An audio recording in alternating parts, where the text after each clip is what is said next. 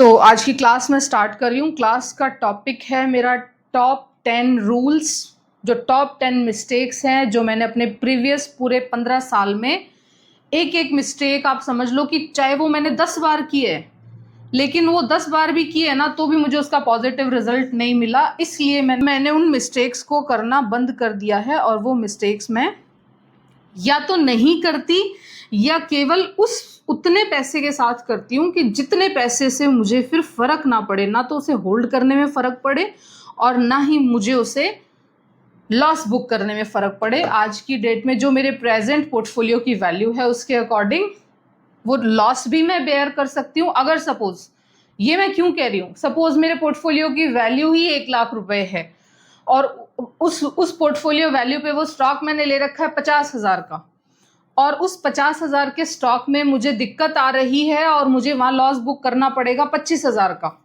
बहुत बार ऐसा होता है स्टॉक गिर के और 50% तक टूट जाता है।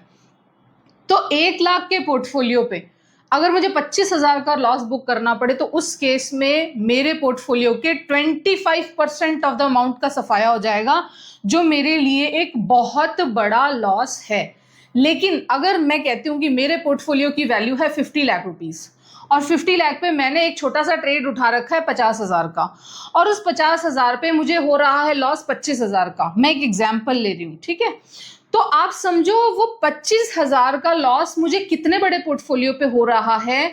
तो एक पर्सन जिसके पोर्टफोलियो की टोटल वैल्यू ही 1 लाख रुपए है और उसको 25,000 का लॉस हो, वर्सेस एक पर्सन जिसके पोर्टफोलियो की वैल्यू 50 लाख प्लस है और उसको 25,000 का नुकसान हो।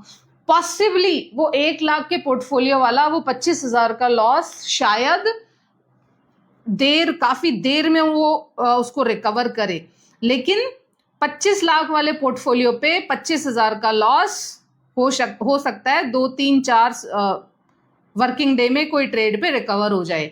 तो इसलिए रिस्क टेकिंग किस तरह से रखनी है उस सब चीज़ों के लिए ये बहुत ज़रूरी है।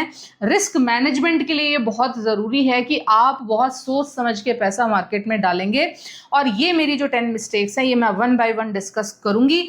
सबसे पहले मैं अपने क्लास में जो डिस्कशन करती हूँ स्टॉक्स का,